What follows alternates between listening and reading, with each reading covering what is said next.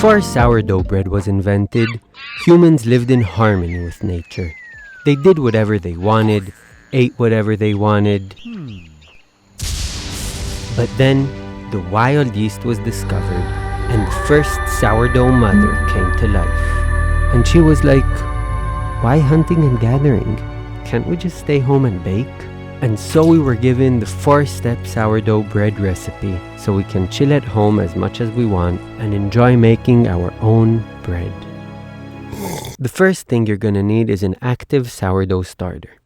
If, let's say, she's been in the fridge all week, she might be looking kind of, sad. But don't worry about it. You've done nothing wrong. You just need to let Mom release all her bad energies into the trash can, especially all that dry yellowish stuff. Then just fix her up with some white flour and warm bath. And time. You gotta give her time. Just some alone time in the bath. During this time of self-nurture, Mom will release her delicious gases and the tub will become bubbly and puffy. That's how you know she's ready. Let's say you fed her Monday 9 a.m. and it's a hot sunny day. She should be ready by the afternoon. If it's a cold day, she might take till the evening or even Tuesday morning. Anyway, she'll be good for a day in the counter and maybe another day or two if you put her in the fridge. But if you made it to the weekend without making bread, you need to feed her again. Because we don't do any kind of shaping in this recipe, we don't need to be very exact about the amounts. As long as you have an active mother, you'll have a beautiful loaf.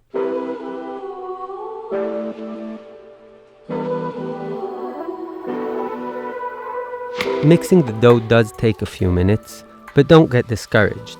This is the most intense part of the recipe. You could also add some water to make things easier. We like a very wet dough. Once you're done, cover it with a towel and go rest. Not here, go outside, breathe some air, Jesus.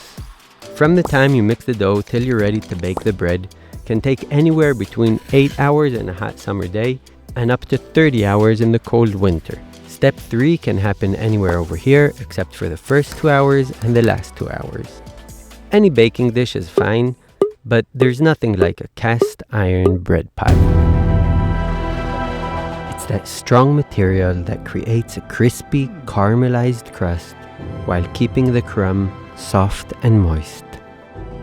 Whatever dish you're using, cover it well with baking paper before pouring your dough inside.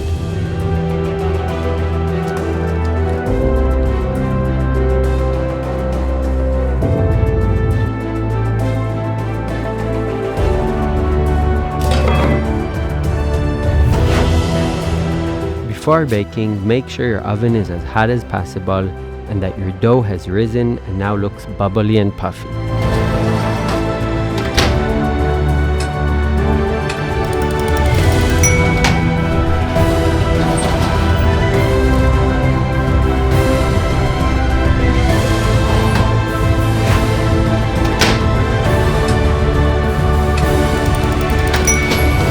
Depending on how crunchy you like your crust, you might decide to leave it in for longer.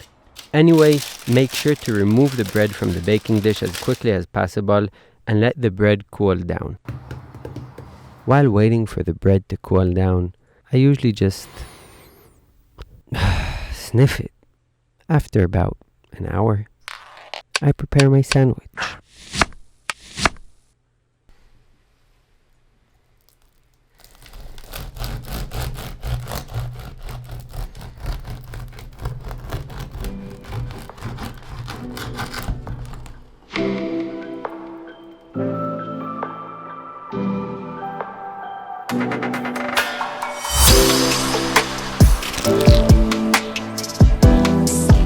For more easy and delicious sourdough recipes, don't forget to subscribe.